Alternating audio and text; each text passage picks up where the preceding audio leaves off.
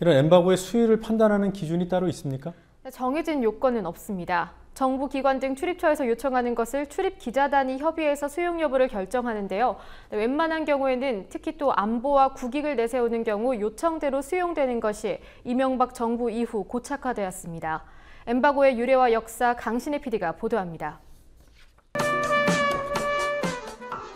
엠바고는 특정 시점까지 특정 내용을 보도하지 않기로 취재원과 언론이 약속하는 경우에 성립됩니다. 정부기관 등 기자실을 두고 있는 이른바 출입처에서 출입 기자들에게 엠바고를 요청하면 기자들이 수용 여부를 결정합니다. 일단 엠바고가 성립되면 정해진 시점까지 해당 내용을 보도할 수 없습니다. 엠바고의 유래는 명확치 않으나 전쟁 보도와 밀접한 관련이 있습니다. 대표적인 사례로 노르망디 상륙작전을 들 수 있습니다. 2차 세계대전 막바지인 1944년 6월, 연합군은 노르망디 상륙작전을 앞두고 언론에 엠바고를 요청했습니다. 당시 언론은 작전 성공을 위해 작전 개시 직후에 보도를 한 것으로 알려져 있습니다. 이후 베트남 전쟁 중 미국에서 엠바고가 자주 쓰이면서 엠바고는 공익을 위한 관행으로 정착된 것으로 보입니다.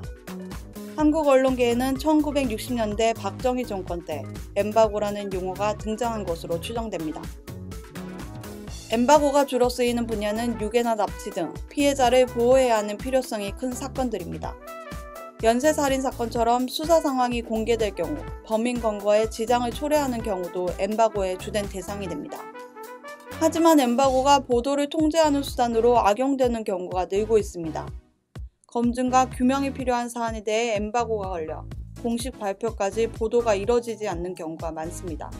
2010년 7월 이명박 정부의 개각을 앞두고 청와대가 후보자 검증 보도의 유예를 요청했고 청와대 출입 기자단은 이를 수용해 이른바 하마평 보도가 실종된 사례가 있습니다. 2009년 12월 아랍에미리트 원전 수주 사실을 공식 발표 전까지 보도하지 않도록 한 것처럼 권력자의 업적을 홍보하는데 미리 김을 빼지 않도록 한다는 의미로 엠바고를 거는 경우도 있습니다.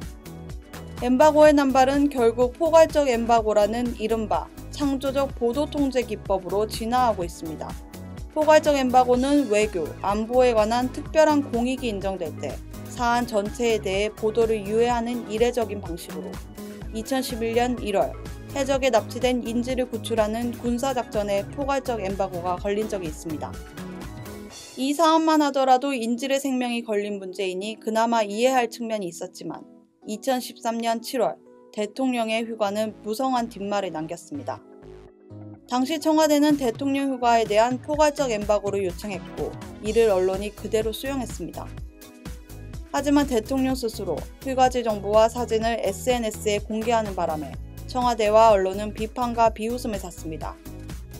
그렇다고 해서 엠바고의 남발은 근절되지 않고 있습니다. 국민TV 뉴스 강신혜입니다.